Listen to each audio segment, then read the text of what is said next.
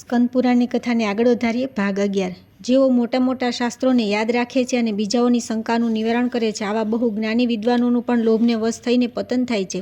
લોભ અને ક્રોધમાં આસક્ત મનુષ્ય સદાચારથી ભ્રષ્ટ થઈ જાય છે. તેમનું અંતઃકરણ છરીની ધાર જેવું તીક્ષ્ણ હોય છે, પરંતુ ઉપરથી તેઓ મીઠી વાતો કરે છે. આવા લોકો ઘાસથી ઢાંકેલા કૂવા જેવા ભયંકર હોય છે. તેવા લોકો જ માત્ર યુક્તિવાદનો આશરો લઈને અનેક પંથો ચલાવે છે. લોભવશ માણસો સઘળા ધર્મમાર્ગોનો લોપ કરી દે છે. લોભના કારણે જ પરિવારના લોકો સાથે નિષ્ઠુરતાનો વર્તાવ કરે છે. કેટલાય નીચ મનુષ્યો લોભવશ ધર્મને પોતાનું બાહ્ય આભૂષણ બનાવીને ધર્મધ્વજી થઈને જગતને લૂંટે છે. તે સદા લોભમાં ડૂબેલા મહાપાપી છે. રાજા જનક, યુવનાશ્વ, વૃષભાર્દી, પ્રસેનજીત તથા બીજા પણ ઘણા રાજા લોભનો નાશ કરીને સ્વર્ગલોકમાં ગયા છે. તેથી જે લોકો લોભનો પરિત્યાગ કરે છે તે જ આ સંસાર સમુદ્રથી પાર ઉતરી જાય છે. એમનાથી ભિન્ન લોભી મનુષ્ય ગ્રાહની ચુંગલમાં ફસાયેલા છે, એમાં સંશય નથી. હે વિપ્રવર, હવે તમે બ્રાહ્મણના 8 ભેદોનું વર્ણન સાંભળો. માત્ર બ્રાહ્મણ, ક્ષત્રિય, અનુચાન, ભ્રૂણ, ઋષિકલ્પ, ઋષિ અને મુનિ, આ 8 પ્રકારના બ્રાહ્મણ શ્રુતિમાં પ્રથમ બતાવવામાં આવ્યા છે. એમનામાં વિદ્યા અને સદાચારની વિશેષતાથી પૂર્વની અપેક્ષા ઉત્તરોત્તર શ્રેષ્ઠ છે. જેનો જન્મ માત્ર બ્રાહ્મણ કુળમાં થયો છે તે જ્યારે જાતિ માત્રથી બ્રાહ્મણ થઈ બ્રાહ્મણોચિત ઉપનયન સંસ્કાર તથા વૈદિક કર્મોથી હીન રહી જાય છે, ત્યારે તેને માત્ર એવું કહે છે કે જે એક ઉદ્દેશને છોડીને વ્યક્તિગત સ્વાર્થથી ઉપેક્ષા કરીને વૈદિક આચરણ કરે છે, સરળ, એકાંતપ્રિય, સત્યવાદી તથા દયાળુ છે, તેને બ્રાહ્મણ કહેવામાં આવે છે. જે વેદની કોઈ શાખાને કલ્પ અને 6 અંગો સહિત ભણીને બ્રાહ્મણોચિત 6 કર્મોમાં સંલગ્ન રહે છે તે ધર્મજ્ઞ વિપ્ર શ્રોત્રિય કહેવાય છે. જે વેદો અને વેદાંગોનો તત્વજ્ઞ, પાપરહિત, સુચિત, શ્રેષ્ઠ, શ્રોત્રિય, વિદ્યાર્થીઓને ભણાવનાર અને વિદ્વાન છે તેને અનુચાન માનવામાં આવે છે. જે અનુચાનના સઘળા ગુણોથી યુક્ત હોઈને માત્ર યજ્ઞ અને સ્વાધ્યાયમાં સંલગ્ન રહે છે, યજ્ઞશિષ્ટ ભોજન કરે છે અને જીતેન્દ્રિય છે, એવા બ્રાહ્મણોને ભ્રૂણ કહે છે. જે સંપૂર્ણ વૈદિક અને લૌકિક વિષયોનું જ્ઞાન પ્રાપ્ત કરીને મન અને ઇન્દ્રિયોને વશમાં રાખીને સદા આશ્રમમાં નિવાસ કરે છે તેને ઋષિકલ્પ માનવામાં આવે છે. જે પ્રથમ ઉર્ધ્વરેતા થઈને નિયમિત ભોજન કરે છે, જેને કોઈ પણ વિષયમાં કોઈ સંદેહ નથી તથા જે શાપ અને અનુગ્રહમાં સમર્થ અને સત્ય પ્રતિજ્ઞ છે, એવા બ્રાહ્મણને ઋષિ માનવામાં આવે છે. જે નિવૃત્તિ માર્ગમાં સ્થિત, સંપૂર્ણ તત્વોનો જ્ઞાતા, કામ ક્રોધથી રહિત, ધ્યાનનિષ્ઠ, નિષ્ક્રિય, જીતેન્દ્રિય તથા માટી અને સોનાને સમાન સમજે છે, એવા બ્રાહ્મણને મુનિ કહે છે. આ પ્રમાણે વંશ, વિદ્યા અને વૃત્ત દ્વારા ઉપર ઉઠેલા બ્રાહ્મણને ત્રિશુક્લ કહે છે. તેઓ જ યજ્ઞ વગેરેમાં પૂજાય છે. આ પ્રમાણે 8 ભેદવાળા બ્રહ્મત્વનું વર્ણન કરવામાં આવ્યું છે. હવે યુગ વગેરે તિથિઓ વિશે જણાવવામાં આવે છે. કાર્તિક માસના શુક્લ પક્ષની નોમ સતયુગના આરંભની અદિતિ તિથિ કહી છે. વૈશાખ સુદ ત્રીજ છે તે ત્રેતાયુગની અદિતિ તિથિ કહેવાય છે. મહા મહિનાની અમાવસ્યાને વિદ્વાનોએ દ્વાપરની અદિતિ તિથિ કહી છે અને ભાદરવાના કૃષ્ણ પક્ષની તેરસ કલયુગના પ્રારંભની તિથિ મનાય છે. આ 4 યુગોની અદિતિથિઓથી આ તિથિઓમાં કરેલું દાન અને હોમ અક્ષય ફળ આપે છે. દરેક યુગમાં 100 વર્ષ સુધી દાન કરવાથી જે ફળ પ્રાપ્ત થાય છે તે યુગના આદિ કાળમાં 1 દિવસના દાન દ્વારા પ્રાપ્ત થાય છે. આ યુગાદિ તિથિઓ બતાવવામાં આવી છે. હવે મન્વંતરની પ્રારંભિક તિથિઓનું શ્રવણ કરો. આસો સુદ નોમ, કાર્તકની 12, ચૈત્ર અને ભાદ્રપદની 30, ફાગણની અમાવસ્યા, પોષની 11, અષાઢની 10, માઘની 7, શ્રાવણ વદ 8, અષાઢની પૂર્ણિમા, કાર્તકની પૂર્ણિમા, ફાગણ, ચૈત્ર અને જેઠની પૂર્ણિમા આ મન્વંતરની આદિ તિથિઓ છે, જે દાનના પુણ્યને અક્ષય કરનારી છે. ભગવાન સૂર્ય જે તિથિએ સર્વપ્રથમ આરૂઢ થયા તે બ્રાહ્મણોએ માઘ માસની સપ્તમી બતાવી, જેને રથ સપ્તમી કહે છે. તે તિથિએ આપેલું દાન અને કરવામાં આવેલું યજ્ઞ બધું અક્ષય માનવામાં આવે છે. તે તમામ પ્રકારના દારિદ્ર્યને દૂર કરનાર તથા ભગવાન સૂર્યની પ્રસન્નતાનું કારણ બતાવવામાં આવ્યા છે. વિદ્વાનો જેને સદા ઉદ્વેગમાં નાખનાર કહે છે તેનો પરિચય સાંભળો. જે દરરોજ યાતના કરે છે તે સ્વર્ગનો અધિકારી નથી. જેમ ચોર સૌને ઉદ્વેગમાં નાખી દે છે તે જ પ્રમાણે તે પણ ઉદ્વેગમાં નાખી દે છે. તે પાપાત્મા સર્વના માટે ઉદ્વેગકારક હોવાથી નરકમાં પડે છે. હે બ્રહ્મન, આ લોકમાં કયા કર્મથી મને સિદ્ધિ પ્રાપ્ત થઈ શકે છે અને મૃત્યુ બાદ મારે કયા લોકમાં જવાનું છે, એ વાતનો સારી રીતે વિચાર કરીને જે પુરુષ ભાવિ દુઃખોની નિવૃત્તિનો યોગ્ય ઉપાય કરે છે તેને વિદ્વાનોએ દક્ષ પુરુષોથી પણ વધારે દક્ષ કહ્યો છે. પુરુષ પોતાના આયુષ્યમાં 8 માસ, 1 દિવસ અથવા સંપૂર્ણ પૂર્વાવસ્થામાં અથવા પૂરા આયુષ્ય સુધી એવું કર્મ અવશ્ય કરે જેથી અંતમાં તે પરમ સુખી થાય અને નિરંતર ઉન્નતિના માર્ગે આગળ વધતો રહે. વેદાંતવાદી વિદ્વાન અર્ચી અને ઘૂમ આ માર્ગ બતાવે છે. અચિર માર્ગથી જવાવાળો પુરુષ મોક્ષને પ્રાપ્ત થાય છે અને ધૂમ માર્ગથી જનારો જીવ સ્વર્ગમાં પુણ્યફળ ભોગવીને ફરી આ સંસારમાં પાછો આવે છે. સકામ ભાવે કરેલા યજ્ઞ આદિ દ્વારા ધૂમ માર્ગની પ્રાપ્તિ થાય છે અને નિષ્કામ કર્મફળ ત્યાગ અને જ્ઞાનથી અર્ચી માર્ગ પ્રાપ્ત થાય છે. આ બંનેથી ભિન્ન જે અશાસ્ત્રીય માર્ગ છે તે પાખંડ કહેવાય છે. જે દેવતાઓ અને મનુ દ્વારા કહેલા ધર્મોને માનતો નથી તે ઉપર જણાવેલા બંને માર્ગોને પ્રાપ્ત થતો નથી. આ પ્રમાણે આ તત્વાર્થનું નિરૂપણ કરવામાં આવ્યું છે. હે વિપ્રવર, તમારા આ પ્રશ્નોનું યથાશક્તિ સમાધાન કરવામાં આવ્યું છે. બરાબર છે કે નહીં તે તમે જણાવો. સાથે સાથે તમારો પરિચય પણ આપો. ત્યાર પછી આવે છે નારદજી દ્વારા કલાબ ગામના બ્રાહ્મણોને મહીસાગર સંગમમાં લઈ આવવા અને ત્યાં તેમને ભૂમિ વગેરે આપી પુણ્ય સ્થાપના કરવી. નારદજી કહે છે કે હે અર્જુન, આ પ્રમાણે મારા પ્રશ્નોનું સમાધાન સાંભળીને મારા સંપૂર્ણ શરીરમાં રોમાંચ થઈ ગયો. ત્યારે મેં મારા સ્વરૂપને પ્રગટ કરી તે બ્રાહ્મણોને આ પ્રમાણે કહ્યું કે ઓહો, મારા પિતા બ્રહ્માજી ધન્ય છે, જેમની સૃષ્ટિ બાળકો પણ તમારા જેવા બ્રાહ્મણ શિરોમણી રૂપે વિદ્યમાન છે. મને મારા જન્મનું ફળ પ્રાપ્ત થઈ ગયું, કેમ કે તમારા જેવા નિષ્પાપ અને ઉપદ્રવ રહિત મહાત્માઓના મેં દર્શન કર્યા. આટલું સાંભળતા તે શતાતપ વગેરે બ્રાહ્મણો એકદમ ઊભા થઈ ગયા અને અર્ધ્ય પાદ્ય વગેરે પૂજા સામગ્રીઓથી મારું સ્વાગત સત્કાર કરવા લાગ્યા. ત્યાર પછી સાધુજનોને શોભે તેવી વાણીમાં તે આ પ્રમાણે બોલ્યા કે અમે ધન્ય છીએ, કેમ કે તમે સાક્ષાત દેવર્ષિ નારદ અહીં અમારી પાસે પધાર્યા છો. હે દેવર્ષિ, તમે ક્યાંથી પધાર્યા અને હવે ક્યાં જવાના વિચાર છે? હે મુનિ શ્રેષ્ઠ, આ આશ્રમ પર આવવાની શી આવશ્યકતા હતી તે કાર્ય અમને જણાવો. નારદજી બોલ્યા કે હું બ્રહ્માજીના આદેશથી મહીસાગર સંગમ નામના તીર્થમાં બ્રાહ્મણોને ઉત્તમ સ્થાનનું દાન કરવા ઈચ્છું છું. એના માટે તમે મને આજ્ઞા આપો. મારા આ પ્રમાણે કહેવાથી શતાતપે બધા બ્રાહ્મણો પર દ્રષ્ટિ નાખી આ પ્રમાણે કહેવાનો પ્રારંભ કર્યો કે હે નારદજી, એ સત્ય છે કે ભારત વર્ષ દેવતાઓ માટે પણ દુર્લભ છે. તેમાં પણ મહીસાગર સંગમ વિશે તો કહેવું જ શું, જ્યાં સ્નાન કરનાર પુરુષ સંપૂર્ણ મહાતીર્થોમાં સ્નાન કરી લે છે. તમારા પ્રસ્તાવમાં એક મોટો દોષ છે જેનાથી અમે લોકો હંમેશા બીતા રહીએ છીએ. ત્યાં મોટી સંખ્યામાં દુસ્સાહસપૂર્ણ કર્મ કરનારા ચોર છે જે અમારા જેવા તપસ્વીઓનું ધન હરી લે છે. સ્પર્શ વર્ણોમાં જે 16મો અને 21મો અક્ષત અર્થાત તપ છે તે જ અમારું ધન છે. તે ધનથી હીન થઈ જતાં અમારો જન્મ કેવો નિરર્થક થઈ જશે.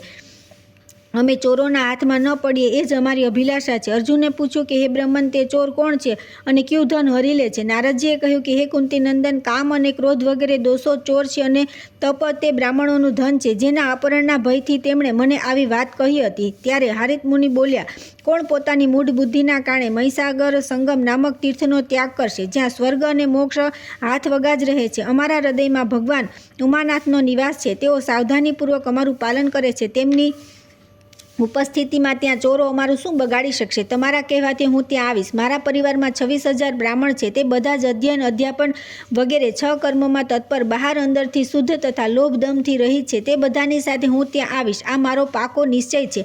તેમના આ પ્રમાણે કહેવાથી મેં તે બધા બ્રાહ્મણોને મારા દંડ ઉપર ચઢાવી લીધા અને બહુ જ પ્રસન્નતા સાથે આકાશ માર્ગે જવા લાગ્યો. વચ્ચે 100 યોજનનો હિમનો માર્ગ છે. તેને ઓળંગીને તે બ્રાહ્મણો સાથે હું કેદાર ક્ષેત્રમાં આવી પહોંચ્યો. તે હિમ પ્રદેશ આકાશ માર્ગથી અથવા ગુફાન માર્ગથી તથા ભગવાન કાર્તિકેયની કૃપાથી ઓળંગી શકાય છે. બીજો કોઈ ઉપાય નથી. અર્જુને કહ્યું કે હે નારદજી, કલાબ ગામ ક્યાં છે? તેનો માર્ગ ગુફા દ્વારા કઈ રીતે ઓળંગી શકાય છે તથા સ્વામી કાર્તિકેયનો કૃપા પ્રસાદ કઈ રીતે પ્રાપ્ત થશે? આ બધી વાતો મને જણાવો. નારદજી બોલ્યા, કેદાર ક્ષેત્રથી આગળ 100 યોજન સુધી બર્ફીલો પ્રદેશ છે. ત્યાર પછી 100 યોજન વિસ્તારનું કલાબ ગામ છે. ત્યાર પછી 100 યોજનનું રેતીનું રણ છે. ત્યાર પછી 100 યોજન વિસ્તારનો તે પ્રદેશ જેને પૃથ્વીનું સ્વર્ગ કહે છે. ગુફાના રસ્તે ત્યાં જે રીતે જઈ શકાય તે સાંભળો. અન્ન જળનો ત્યાગ કરી દક્ષિણ દિશામાં આવેલા ભગવાન કાર્તિકેયની આરાધના કરવી. કાર્તિકજી જ્યારે સાધકને પાપ રહિત થયેલો માને છે ત્યારે સ્વપ્નમાં પ્રગટ થઈ આદેશ આપે છે કે તમે અભિષ્ટ સ્થાનની યાત્રા કરો. કાર્તિકેયના સ્થાનથી પશ્ચિમમાં એક મોટી ગુફા છે. તે 700 યોજન લાંબી છે. કાર્તિકેયની આજ્ઞા મળ્યા પછી તેમાં પ્રવેશ કરી આગળ વધવું જોઈએ. તે ગુફામાં મરકતમણીનું એક શિવલિંગ છે જે સૂર્ય જેવું તેજસ્વી છે. તે શિવલિંગની આગળ અતિ સ્વચ્છ સોનાના રંગની માટી જોવા મળે છે. ત્યાં શિવલિંગને નમસ્કાર કરી તથા તે પીળી માટીને હાથમાં લઈ સ્તંભ તીર્થમાં આવવું જોઈએ. ત્યાં ભગવાન કુમાર તથા વરાહદેવની આરાધના કરીને અડધી રાત થતાં કૂવામાંથી જળ કાઢવું જોઈએ. તે જળ અને માટીનું બંને આંખોમાં અંજન કરવું જોઈએ. સાથે સાથે તે જળ માટીને આખા શરીરે ચોપડવી જોઈએ. તે અંજનના પ્રભાવથી કદાચ 8 ડગલા ચાલ્યા પછી તેને એક ગુફા દેખાશે. પછી તે ગુફાની અંદર થઈને તે યાત્રા કરવી. ત્યાં કારિસ નામના ભયંકર કીડા હોય છે, પરંતુ માટી ચોપડવાથી તે કરડતા નથી. તે ગુફાની પોતાની અંદર ભગવાન સૂર્ય જેવા તેજસ્વી સિદ્ધ પુરુષોના દર્શન કરતાં કરતાં સાધક આગળ વધે છે અને પરમ ઉત્તમ કલાપનગરમાં પહોંચી જાય છે. ત્યાંના લોકોનું આયુષ્ય 4000 વર્ષનું હોવાનું મનાય છે. ત્યાં બધા લોકો ફળોનું જ ભોજન કરે છે. આ પ્રમાણે ગુફાના રસ્તે કલાપનગર પહોંચવાની વિધિ બતાવી છે. હવે આગળ જે કંઈ થયું તે સાંભળો. પોતાની તપસ્યાની શક્તિથી અત્યંત સૂક્ષ્મ રૂપ ધારણ કરવાવાળા તે બ્રાહ્મણોને દંડના અગ્રભાગ પર મૂકીને હું મહીસાગર સંગમ તીર્થમાં આવ્યો અને ત્યાં પવિત્ર જળાશયના તટ પર ઉતરીને તેમના છૂટા કરી દીધા. પછી તે શ્રેષ્ઠ બ્રાહ્મણો સાથે મેં તમામ દોષોને બાળી નાખવા માટે દાવાનળ જેવા મહીસાગર સંગમ તીર્થમાં સ્નાન કર્યું તથા દેવતાઓ અને પિતરોનું તર્પણ કરી પરમ ઉત્તમ ગાયત્રી મંત્રનો જપ કરતા રહીને અમે બધા સંગમ પાસે બેસી ગયા. હૃદયમાં ભગવાન વિષ્ણુનું ધ્યાન કરીને ભગવાન સૂર્ય સામે જોતા રહ્યા. તે જ સમયે ઇન્દ્ર વગેરે દેવતાઓ, સૂર્ય વગેરે બધા ગ્રહો, લોકપાલ, 8 વસ્તુઓ, ગંધર્વો તથા અપ્સરાઓમાં સમૂહ આ બધા ત્યાં આવી પહોંચ્યા. ત્યાર પછી મહામુનિ કપિલજી પણ ત્યાં આવ્યા અને નારદજીને આ પ્રમાણે બોલ્યા કે હે દેવર્ષિ, મને 8000 બ્રાહ્મણ આપો. કલાપ ગામ નિવાસી આ બ્રાહ્મણ હું ભૂમિદાન કરીશ, તમે એની વ્યવસ્થા કરો. ત્યારે મેં તેમને પ્રતિજ્ઞાપૂર્વક કહ્યું કે એવું જ થાઓ. તમે પણ અહીં ઉત્તમ કપિલ સ્થાનનું નિર્માણ કરો. શ્રાદ્ધમાં અથવા શ્રાદ્ધ માટે ઉપયોગી સમય પ્રાપ્ત થવાથી જેના આશ્રમમાં આવેલો અતિથિ પાછો જાય છે તેનું બધું સત્કર્મ નિષ્ફળ થઈ જાય છે. જે અતિથિનું પૂજન સ્વાગત સત્કાર કરતા નથી તે રૌરવ નરકમાં પડે છે. જે અતિથિનું પૂજન કરે છે તે સંપૂર્ણ દેવતાઓ દ્વારા સ્વયં પણ પૂજાય છે. તેથી તે તીર્થમાં યજ્ઞ અને દાન દ્વારા મેં કપિલ મુનિને ભોજન કરાવ્યું. ત્યાર પછી મેં શ્રીમાન હારિત મુનિને તેમના ચરણ પખાડવા માટે બોલાવ્યા. ત્યારે મેં બ્રાહ્મણોને કહ્યું કે પૂર્વ સમયની વાત છે. મહર્ષિ અંગિરાના કુખમાં એક પ્રસિદ્ધ બ્રાહ્મણ થયા હતા. તેઓ બહુ વિદ્વાન હતા, પરંતુ દરેક કાર્યમાં વધારે વિલંબ કરતા હતા. તેમના પિતાનું નામ મહર્ષિ ગૌતમ હતું. તેઓ દરેક કાર્ય સારી રીતે વિચાર કરીને ઘણા વિલંબથી પ્રારંભ કરતા હતા. તેમના દ્વારા ચિરકાળમાં કાર્ય સિદ્ધ થવાના કારણે તેઓ ચિરકારી કહેવાતા હતા. એકવાર ચિરકારીની માતાનો કોઈ અપરાધ થઈ ગયો. તેનાથી ક્રોધિત થઈને તેમના પિતાએ બીજા બધા પુત્રોને છોડીને માત્ર ચિરકારીને આદેશ આપ્યો કે તમે તમારી આ માતાને મારી નાખો. તેમણે ઘણીવાર પછી ઉત્તર આપ્યો કે સારું, એ પ્રમાણે કરીશ. પરંતુ તેઓ તો સ્વભાવે જ ચિરકારી હતા. પોતાની ચિરકારિકતાનો વિચાર કરીને ચિરકાળ સુધી આ વિશે વિચાર કરતા રહ્યા. હું પિતાની આજ્ઞાનું પાલન કઈ રીતે કરું? પોતાની માતાને કઈ રીતે મારું? પિતાની આજ્ઞારૂપી ધર્મનું બહાનું લઈને આ માતૃહત્યારૂપી અધર્મ કઈ રીતે કરું? ભલે ને પિતાની આજ્ઞાનું પાલન એ સૌથી મોટો ધર્મ છે, પરંતુ એ જ પ્રમાણે માતાની રક્ષા કરવી એ પણ મારો ધર્મ છે. પુત્ર સર્વથા પરતંત્ર છે. પુત્ર માતા અને પિતા બંનેને આધીન છે. સ્ત્રી અને તે પણ માતાની હત્યા કરીને કોઈ પણ કઈ રીતે સુખી રહી શકે. એ જ પ્રમાણે પિતાનો પણ અનાદર કરીને કોણ પ્રતિષ્ઠા પ્રાપ્ત કરી શકે? પુત્રના માટે એ જ ઉચિત છે કે પિતાનો અનાદર ન કરે. સાથે સાથે તેના માટે માતાની રક્ષા પણ કરવી જોઈએ. શરીર વગેરે જે આપવા યોગ્ય વસ્તુઓ છે તે બધું એકમાત્ર પિતા આપે છે. તેથી પિતાની દરેક આજ્ઞાનું પાલન કરવું જોઈએ. પિતાની આજ્ઞાનું પાલન કરનારા પુત્રના પૂર્વના પાપો પણ નષ્ટ થઈ જાય છે. પિતા સ્વર્ગ છે, પિતા ધર્મ છે અને પિતા સર્વશ્રેષ્ઠ તપસ્યા છે. પિતાની પ્રસન્નતાથી સર્વ દેવતાઓ પ્રસન્ન થાય છે. જો પિતા પ્રસન્ન છે તો પુત્રના બધા પાપોનું પ્રાયશ્ચિત થઈ જાય છે. તે સર્વ પ્રકારના બંધનોથી મુક્ત થઈ જાય છે. પુત્રના સ્નેહથી કષ્ટ ભોગવતા રહીને પણ પિતા તેના પ્રત્યે સ્નેહ છોડતા નથી. આ પિતાનું ગૌરવ છે, જેના પર પુત્રની દ્રષ્ટિથી મેં વિચાર કર્યો છે. પિતાનું સ્થાન કોઈ સામાન્ય સ્થાન નથી. તેમનું સ્થાન બહુ ઊંચું છે. હવે હું માતા વિશે વિચાર કરીશ. મારા આ માનવ જન્મમાં જે આ પંચભૂતોનું શરીર પ્રાપ્ત થયું છે તેનું કારણ તો મારી માતા છે. જેની માતા જીવિત છે તે સનાથ છે. જો માતૃહીન છે તો અનાથ છે. પુત્ર અને પૌત્રથી યુક્ત મનુષ્ય જો 100 વર્ષના આયુષ્ય પછી પણ પોતાની માતાના આશ્રયમાં જાય છે તો તે 2 વર્ષના બાળકની જેમ આચરણ કરે છે. પુત્ર સમર્થ હોય કે અસમર્થ, દુર્બળ હોય કે પુષ્ટ, માતા તેનું વિધિવત પાલન કરે છે. માતા સમાન કોઈ તીર્થ નથી. માતા સમાન કોઈ ગતિ નથી. માતા સમાન કોઈ રક્ષક નથી તથા માતા સમાન કોઈ પરબ નથી. માતા પોતાના ગર્ભમાં ધારણ કરવાના કારણે ધાત્રી છે. જન્મ આપનારી હોવાથી જનની છે. અંગોની વૃદ્ધિ કરવાના કારણે અંબા છે. વીરપુત્રના પ્રસવ કરવાના કારણે વીરપ્રસુ છે.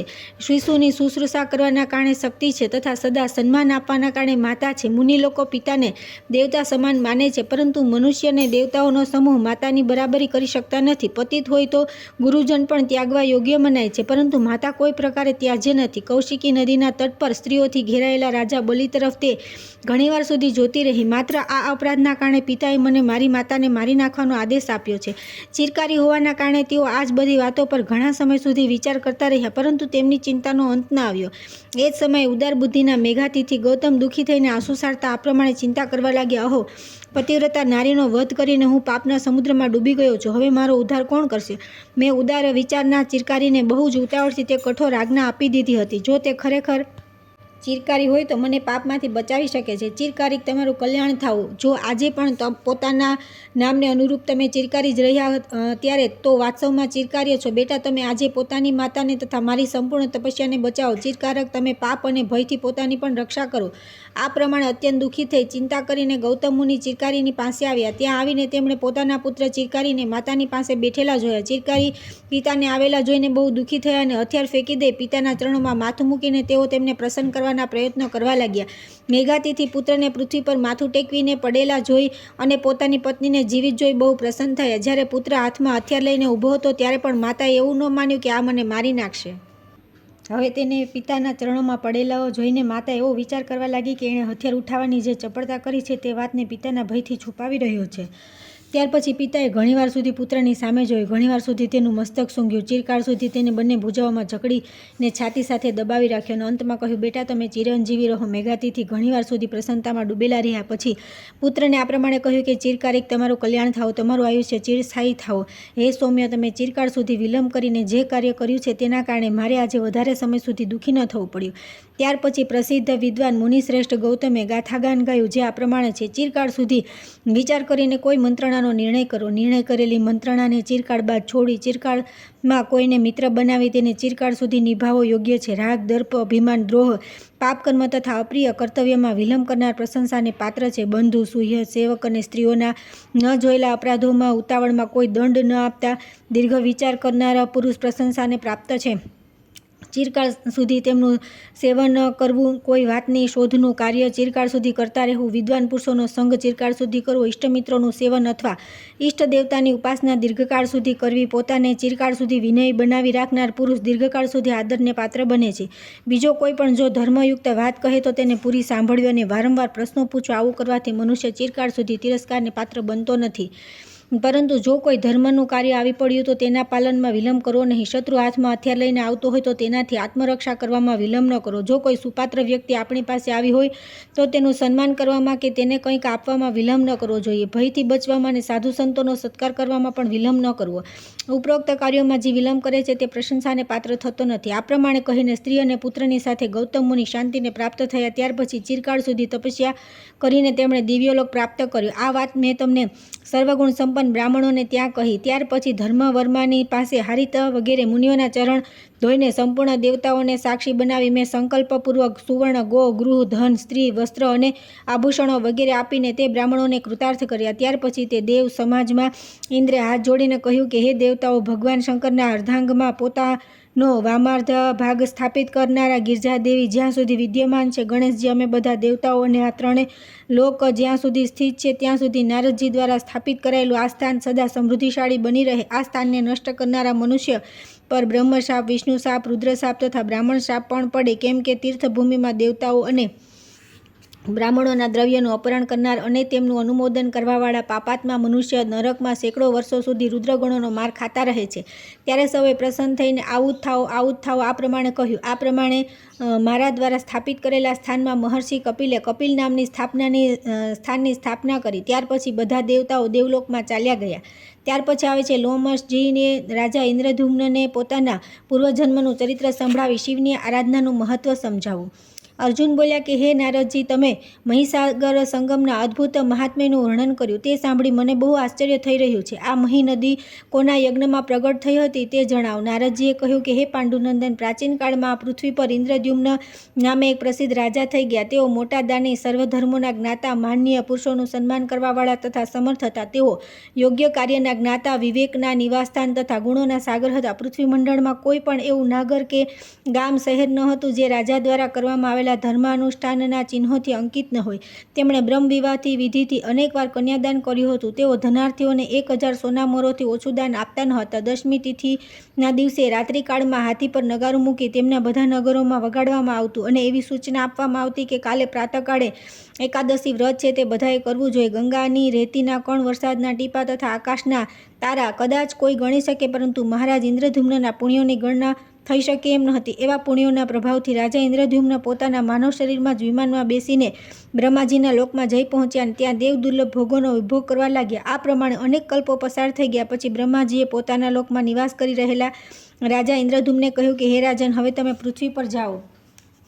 રાજાએ બ્રહ્માજીની આ વાત સાંભળી અને સાંભળતાની સાથે જ પોતાને પૃથ્વી પર આવેલો જોયો. ત્યાર પછી રાજા ઇન્દ્રદ્યુમ્ન, માર્કંડેય મુનિ, નાડીજન, બક, પ્રકારણ, ઉલક, ચિરાયુ, ગિધરાજ અને મંથર કાચબાને મળ્યા અને તેઓ બોલ્યા કે સ્વયં 4 મુખવાળા બ્રહ્માજીએ જ મને સ્વર્ગમાંથી કાઢી મૂક્યો છે. એના કારણે હું લજ્જિત છું. તેથી વારંવાર પતન થવાના દોષથી દૂષિત સ્વર્ગલોકમાં હવે હું નહીં જાઉં.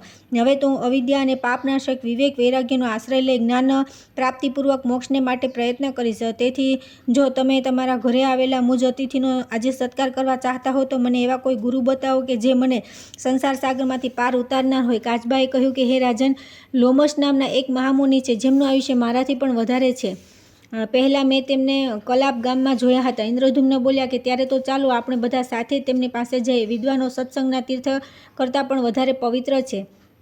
નારદજીએ કહે છે કે હે અર્જુન, ત્યાર પછી તે બધાએ કલાપ ગામમાં પહોંચીને મહામુનિ લોમેશના દર્શન કર્યા. તેઓ મન અને ઇન્દ્રિયોના સંયમના તત્પર અને ક્રિયાયોગમાં સંલગ્ન હતા. દરરોજ 3 કાળ સ્નાન કરવાથી તેમની જટાઓ થોડી પીળી પડી ગઈ હતી. તે મહામુનિ પ્રજ્વલિત થયેલા અગ્નિ જેવા પોતાના તેજથી પ્રકાશિત થઈ રહ્યા હતા. તેમણે છાયા કરવા માટે પોતાના ડાબા હાથમાં થોડું ઘાસ લઈ રાખ્યું હતું અને જમણા હાથમાં રુદ્રાક્ષની માળા હતી. તે મહામુનિ મોત્ર માર્ગમાં સ્થિત હતા. જેઓ કટુ વચનો દ્વારા પૃથ્વી પર રહેનારા પ્રાણીઓને પીડા ન આપીને માત્ર જપ દ્વારા સિદ્ધિ પ્રાપ્ત કરી લે છે તે મુનિ મૈત્ર કહેવાય છે. રાજા મુનિ બક, ઉલક, ધ્રુધ અને કાચબાએ કલાપ ગામમાં તે પુરાતન તપોનિધિ મહાત્માના દર્શન કરી તેમના ચરણોમાં પ્રણામ કર્યા.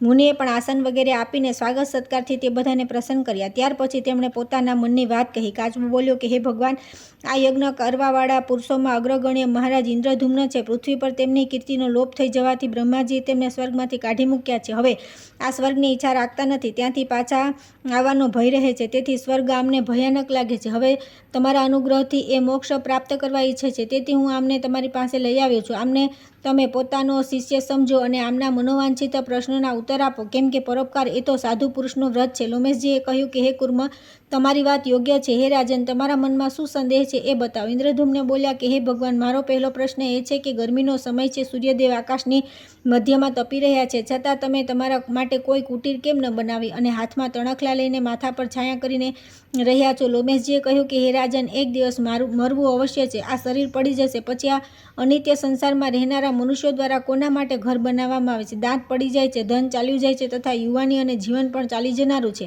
આ જે કંઈ દેખાય તે બધું ક્ષણભંગુર છે. આવી સ્થિતિમાં દાન કરવું એ જ મનુષ્યોના માટે સર્વોત્તમ ઘર છે. આ પ્રમાણે સંસારને અસાર અને ચલાયમાન જાણી લીધા પછી કોના માટે કુટીર વગેરે બનાવે? ઇન્દ્રદ્યુમ્ને પૂછ્યું કે હે ભગવાન, 3 લોકમાં માત્ર તમે જ ચિરાયો છો એવું સાંભળ્યું છે. તેથી હું તમારી પાસે આવ્યો છું. પછી તમારા મુખે આવી વાત કેમ નીકળે છે? લોમેશજીએ કહ્યું કે હે રાજન, દરેક કલ્પમાં મારા શરીરમાંથી એક રોમ તૂટીને પડી જાય છે. જે દિવસે બધા રોમ પડી જશે તે દિવસે મારું મૃત્યુ થઈ જશે. જુઓ, મારા ઘૂંટણ પર 2 આંગળ સુધીના રૂવાડા નથી. તેથી જ્યારે મરવું તો છે જ, પછી ઘર બનાવવાનો શું અર્થ? ઇન્દ્રદ્યુમ્ન બોલ્યા કે હે બ્રહ્મન, હું પૂછું છું કે તમને આ જે દીર્ઘાયુષ્ય મળ્યું છે તે દાનના પ્રભાવ છે કે તપસ્યાનો? લોમેશજીએ કહ્યું કે હે રાજન, સાંભળો, હું મારા પૂર્વજન્મનો પ્રસંગ કહું છું. આ કથા શિવ ધર્મના મહિમાથી યુક્ત પુણ્યદાયી તથા સર્વ પાપોનો નાશ કરનારી છે. પૂર્વકાળમાં હું આ પૃથ્વી પર અત્યંત દરિદ્ર શુદ્ર થઈને ઉત્પન્ન થયો હતો. તે સમય ભૂખથી અત્યંત વ્યથિત થઈને પૃથ્વી પર ભ્રમણ કર્યા કરતો હતો. એક દિવસ બપોરના સમયે જળની અંદર મેં એક બહુ મોટું શિવલિંગ જોયું. પછી તે જળાશયમાં પ્રવેશ કરીને જળ પીધું અને સ્નાન કર્યું. ત્યાર પછી કમળના ફૂલોથી તે નવડાવેલા શિવલિંગનું પૂજન કર્યું. ભૂખથી હું બહુ વ્યથિત હતો. ભગવાન નીલકંઠને નમસ્કાર કરી હું આગળ ચાલવા લાગ્યો. તે માર્ગમાં જ મારું મૃત્યુ થઈ ગયું. ત્યાર પછી બીજા જન્મમાં બ્રાહ્મણના ઘરમાં ઉત્પન્ન થયો. એ જ વખતે શિવલિંગને નવડાવવા અને પૂજન કરવાથી મને મારા પૂર્વજન્મનું સ્મરણ લેવા લાગ્યું. આ સંપૂર્ણ જગત જે સત્ય જેવું પ્રતીત થઈ રહ્યું છે તે બધું મિથ્યા છે. અવિદ્યા જ આનું મૂળ કારણ છે. આવું વિચારીને મેં મૌન ધારણ કરી લીધું. તે બ્રાહ્મણે વૃદ્ધાવસ્થામાં ભગવાન શંકરની ભક્તિ કરીને મને પ્રાપ્ત કર્યો હતો. તેથી મારું નામ ઈશાન રાખ્યું. મારા માતા પિતાના મનને મહામાયાએ મમતામાં બાંધી રાખ્યું હતું. તેઓ મારું ગુંગાપણું દૂર કરવા માટે વિવિધ પ્રકારના યંત્ર મંત્ર વગેરે ઉપાય કર્યા કરતા હતા. તેમની આ મૂર્ખતા જોઈને મને હસવું આવતું હતું. થોડા સમય પછી જ્યારે હું યુવાન થયો ત્યારે રાત્રિના સમયે ઘર છોડીને ચાલ્યો જતો અને કમળના ફૂલોથી ભગવાન શિવની પૂજા કરીને પાછો આવીને સૂઈ જતો. ત્યાર પછી પિતાજીનું મૃત્યુ થઈ ગયા પછી મારા સંબંધીઓએ બોબડો સમજીને મારો ત્યાગ કરી દીધો. એનાથી મને પ્રસન્નતા થઈ. હવે હું ફળનો આહાર કરીને રહેવા લાગ્યો અને અનેક પ્રકારના કમળોથી ભગવાન ભૂતનાથની પૂજા કરવા લાગ્યો. આ પ્રમાણે 100 વર્ષ વીતી ગયા પછી વરદાતા ભગવાન ચંદ્રશેખરે મને પ્રત્યક્ષ દર્શન આપ્યા. તે સમયે મેં યાચના કરી કે હે ભગવાન, મારી જરા અને મૃત્યુનો નાશ થાઓ. ત્યારે ભગવાન શિવ બોલ્યા કે જે નામ અને રૂપ ધારણ કરે છે તે સર્વથા અજર અમર થઈ શકતો નથી, તેથી તમે જીવનની કોઈ સીમા નિશ્ચિત કરો. ભગવાન શિવનું આ વચન સાંભળીને મેં આ પ્રમાણે વરદાન માંગ્યું. પ્રત્યેક કલ્પના અંતમાં મારા શરીરનો એક રોમ પડે અને આ પ્રમાણે બધા રૂવાટા પડી જાય ત્યારે મારું મૃત્યુ થાય. ત્યાર પછી હું તમારો ગણ થાવ. આ જ મારું અભિષ્ટ વરદાન છે. સારું, એવું જ થશે. આમ કહી ભગવાન શિવ અંતર્ધ્યાન થઈ ગયા અને ત્યાર પછી હું તપસ્યામાં સંલગ્ન થઈ ગયો. બ્રહ્મકર્મ અથવા અન્ય કમળોથી ભગવાન શિવની પૂજા કરવાથી મનુષ્ય બ્રહ્મ હત્યા વગેરે પાપોથી મુક્ત થઈ જાય છે. હે મહારાજ, તમે પણ એ જ પ્રમાણે કરો. એનાથી તમે પોતાની મનોવાંછિત વસ્તુને પ્રાપ્ત કરી લેશો. ભગવાન શિવના ભક્તને માટે ત્રિલોકમાં કંઈ દુર્લભ નથી. જ્ઞાનેન્દ્રિયોની બહારના વિષયોમાં થનારી પ્રવૃત્તિને રોકીને તેમનો ભગવાન સદાશિવમાં નિત્ય લય કરવાનો અને અંતરયોગ કહે છે. અંતરયોગનું સાધન કઠણ હોવાના કારણે ભગવાન શિવે સ્વયં જ બહિર્યોગનું આ પ્રમાણે વર્ણન કર્યું છે. પંચભૂતો દ્વારા ભગવાન શિવનું પૂજન બહિર્યોગ છે, અર્થાત પૃથ્વી, જળ, અગ્નિ, વાયુ અને આકાશ આ બધા ભગવાનની પૂજાના સાધન છે. એવું સમજીને ભાવના દ્વારા એમને ભગવાન શિવના ચરણોમાં સમર્પિત કરવા આ બહિર્યોગ પૂજાની પદ્ધતિ છે. બહિર્યોગ વિશિષ્ટ ફળ આપનારો અને અક્ષય માનવામાં આવે છે. જે અવિદ્યા વગેરે 5 ક્લેશો, કર્મોના સુખ દુઃખાદી પરિણામો તથા વાસનાઓથી સર્વથા અલગ છે, તે ભગવાન શંકરની આરાધનાપૂર્વક પ્રણવ જપ કરનાર પુરુષ મોક્ષને પ્રાપ્ત થાય છે. સર્વ પાપોનો નાશ થઈ ગયા પછી ભગવાન શિવમાં ભાવના થાય છે. તેમનામાં ચિંતનમાં મન લાગે છે. જેમની બુદ્ધિ પાપથી દૂષિત છે તેમના માટે શિવની ચર્ચા પણ દુર્લભ છે. ભારતવર્ષમાં જન્મ થવો દુર્લભ છે. ભગવાન શિવનું પૂજન દુર્લભ છે. ગંગા સ્નાન દુર્લભ છે. શિવની ભક્તિ અત્યંત દુર્લભ છે. બ્રાહ્મણોને દાન આપવું દુર્લભ છે. અગ્નિની આરાધના પણ દુર્લભ છે. ઓછા પુણ્યવાળા પુરુષોને મોટાભાગે પુરુષોત્તમની પૂજાનો પ્રસંગ તો અત્યંત દુર્લભ છે. પૂર્વકાળમાં મહાદેવજીની આરાધના કરી જે પ્રમાણે મારું આયુષ્ય વધ્યું તે પ્રસંગ મેં તમને સંભળાવ્યો છે. ભગવાન શિવની ભક્તિ કરવાવાળા મહાત્મા પુરુષોને ત્રિલોકમાં કંઈ પણ દુર્લભ, દુષ્પ્રાય અથવા અસાધ્ય નથી. જેમની ઈચ્છાથી આ સંપૂર્ણ વિશ્વ ઉત્પન્ન થાય છે, સ્થિર રહે છે અને અંતમાં સંહારને પ્રાપ્ત થાય છે, તે ભગવાન શંકરના શરણમાં કોણ નહીં જાય? હે રાજન, આ રહસ્યની વાત છે. ભગવાન શંકરની આરાધના સંસારના મનુષ્યોનું મુખ્ય કર્તવ્ય છે. જે ભગવાન શિવને મસ્તક ઝુકાવે છે તે અવશ્ય તેમને પ્રાપ્ત કરે છે.